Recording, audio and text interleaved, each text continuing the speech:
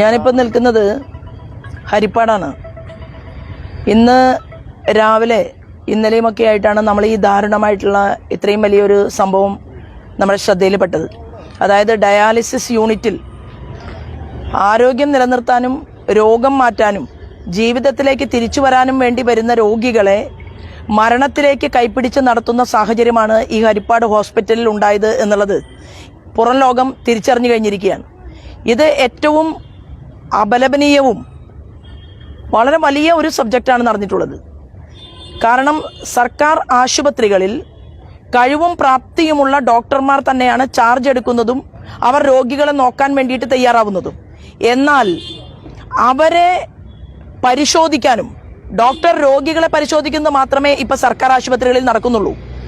ഡോക്ടർമാരെ പരിശോധിക്കാൻ അതിന് ആരോഗ്യവകുപ്പ് തയ്യാറാവണം. ഡോക്ടറുടെ ജോലി എടുക്കുന്നുണ്ടോ, നേഴ്സിന്റെ ജോലി എടുക്കുന്നുണ്ടോ, ഡോക്ടർക്ക് ആവശ്യമായിട്ട് മണിക്കൂറുകൾ സേവനം ചെയ്യാൻ ആവശ്യമായിട്ടുള്ള സഹായങ്ങൾ ഈ ആശുപത്രിക്കകത്തുണ്ടോ, അതിനാവശ്യമായിട്ടുള്ള എക്യുപ്മെന്റ്സുകൾ ഉണ്ടോ, ഇതെല്ലാം തന്നെ പരിശോധനയ്ക്ക് വിധേയമാക്കേണ്ടതിനു പകരം കേരളത്തിന്റെ ആരോഗ്യവകുപ്പ് മന്ത്രി ഇപ്പൊ ചെയ്തത് എന്താണ്? 2 മരണങ്ങൾ സംഭവിച്ചതിന് ശേഷമാണ് അന്വേഷണം നടന്നിട്ടുള്ളത്. അപ്പൊ അന്വേഷണം നടത്തുകയും ഈ ഡയാലിസിസ് യൂണിറ്റ് പൂട്ടിയിടുകയും ചെയ്തിരിക്കുകയാണ്. അപ്പൊ ഇനി എവിടെയാണ് ഇവിടുത്തെ പാവപ്പെട്ട രോഗികൾ നാളെ മുതൽ അവർ എവിടെയാണ് ഡയാലിസിസ് നടത്തേണ്ടത്? അതിനുള്ള സംവിധാനം കൂടി ആരോഗ്യവകുപ്പ് മന്ത്രി ജനങ്ങളുടെ മുന്നിൽ വെക്കേണ്ടതാണ്. മറ്റൊന്ന്, ഇതിനെല്ലാം കാരണക്കാരൻ അല്ലെങ്കിൽ കാരണക്കാരി എന്ന് പറയുന്നത് കേരളത്തിന്റെ ആരോഗ്യ മേഖലയാണ്.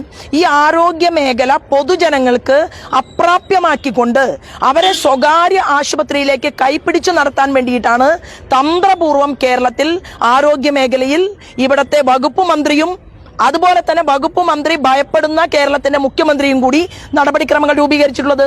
3300 കോടി രൂപയ്ക്ക് ഒരു ആശുപത്രി വിൽപ്പന നടന്നു. ആ കമ്പനി കേരളത്തിൽ യാതൊരു തരത്തിലും ആരോഗ്യ മേഖലയിൽ ജോലി ചെയ്യാത്ത ഒരു കമ്പനി, ആ കമ്പനി കടന്നു വന്ന് മഹാരാഷ്ട്രയിൽ പ്രവർത്തിക്കുന്ന പഞ്ചശീൽ എന്ന് പറയുന്ന ഒരു കമ്പനിയെ ഇങ്ങോട്ടേക്ക് കൊണ്ടുവന്ന് വലിയ ബ്ലാക്ക് സ്റ്റോൺ കമ്പനി ഇവിടെ ലോഞ്ച് ചെയ്യപ്പെട്ടിരിക്കുകയാണ്. അപ്പം 6ഓളം വരുന്ന ആശുപത്രി ശൃംഖലകൾ സ്വകാര്യ മേഖലയ്ക്ക് കൈമാറ്റം ചെയ്യുന്ന സാഹചര്യത്തിൽ മിഡിൽ മാനായിട്ട് പ്രവർത്തിക്കുന്നത് കേരളത്തിന്റെ മുഖ്യമന്ത്രിയാണ്. ഇത് വളരെ ഭയാനകമായിട്ടുള്ള ഒരു സാഹചര്യമാണ് കേരളത്തിൽ സൃഷ്ടിക്കുന്നത്. അപ്പൊ പാവപ്പെട്ടവർ എവിടെ ചികിത്സിക്കണം? അവർ എവിടേക്ക് പോകണം? പൊതുമേഖലയെ അട്ടിമറിച്ചുകൊണ്ട് ഈ സ്വകാര്യ മേഖല വേണ്ട എന്ന് നമ്മൾ ആരും പറയുന്നില്ല. സ്വകാര്യ മേഖലയിലേക്ക് കയ്യിൽ പൈസയുള്ളവർ അവരുടെ ആരോഗ്യ സംരക്ഷണത്തിന് വേണ്ടി സ്വകാര്യ മേഖലയിലേക്ക് പോകാം.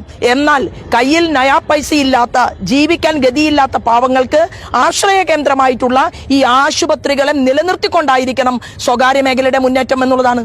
അത് നടപ്പിലാക്കാതെ ഇങ്ങനെയാണ് ജനങ്ങളുടെ ജീവൻ വെച്ച് പന്താടാൻ ശ്രമിക്കുന്നതെങ്കിൽ അതിന്റെ എതിർപ്പറിയിച്ചുകൊണ്ടാണ് ഭാരതീയ ജനതാ പാർട്ടിയുടെ നിയോജക മണ്ഡലം അധ്യക്ഷന്റെ നേതൃത്വത്തിൽ ഇവിടെ ഒരു സമരം നടന്നത്. യുവമോർച്ചയുടെ നേതൃത്വത്തിൽ. ഇത് ഇവിടെ കൊണ്ട് അവസാനിക്കുന്നില്ല. ഈ സൂപ്രണ്ട് ഇല്ലാതെയായിട്ട് കാലങ്ങളായി. ഇന്ന് ഇവര് സംസാരിക്കാൻ വേണ്ടിയിട്ട് പോയത്, അത് ഞാൻ നേരത്തെ ചോദിച്ചു, ആരുമായിട്ടാണ് നിങ്ങൾ സംസാരിച്ചത്? അപ്പൊ ഇവിടെ ആശുപത്രിയിൽ ഒരു സൂപ്രണ്ട് ഇല്ല. അപ്പൊ എന്താണ് ആശുപത്രിയിൽ സൂപ്രണ്ടിനെ വെക്കാത്തത്? സൂപ്രണ്ടിനെ വെച്ച് ഒരു പോസ്റ്റിംഗ് നിർവഹിക്കാൻ എന്താ പറ്റാത്തത്? മുഖ്യമന്ത്രിക്ക് 4 കാറ് പുതിയത് വാങ്ങണം എന്ന് തോന്നുന്ന സമയത്ത് കാറ് വാങ്ങാൻ പൈസയുണ്ട്, യാത്രയ്ക്ക് പൈസയുണ്ട്, മന്ത്രിമാർക്ക് ശമ്പളം വർധനവിന് പൈസയുണ്ട്, MLA-മാർക്ക് ആനുകൂല്യങ്ങൾ വർദ്ധിപ്പിക്കുന്നതിന് പൈസയുണ്ട്. പാവപ്പെട്ടവരെ നോക്കേണ്ട ആശുപത്രികളെ ഇങ്ങനെയുള്ള മനുഷ്യരുടെ ജീവൻ കവർന്നെടുക്കുന്ന ആരാച്ചാർമാരായിട്ടാണ് കേരളത്തിന്റെ ആരോഗ്യ മേഖല മാറിക്കൊണ്ടിരിക്കുന്നത്. ഇതിനെതിരെ പ്രതികരിക്കാൻ ഭാരതീയ ജനതാ പാർട്ടി തയ്യാറെടുപ്പ് നടത്തും. പാവപ്പെട്ട മനുഷ്യരുടെ മുന്നിൽ ഞങ്ങൾ നിൽക്കും എന്ന് സൂചന നൽകാൻ വേണ്ടിയിട്ടാണ് ഞാൻ ഇപ്പോൾ ഇവിടെ നിൽക്കുന്നത്. ഇതുമായി ബന്ധപ്പെട്ടുകൊണ്ട് ഭാരതീയ ജനതാ പാർട്ടിയുടെ സംസ്ഥാന ഘടകത്തിന്റെ ഭാഗത്തു നിന്ന് അടിയന്തരമായിട്ടുള്ള ഇടപെടലുകൾ ഉണ്ടാകും എന്നുകൂടി സൂചന നൽകാൻ ഈ അവസരത്തെ ഉപയോഗപ്പെടുത്തുകയാണ്.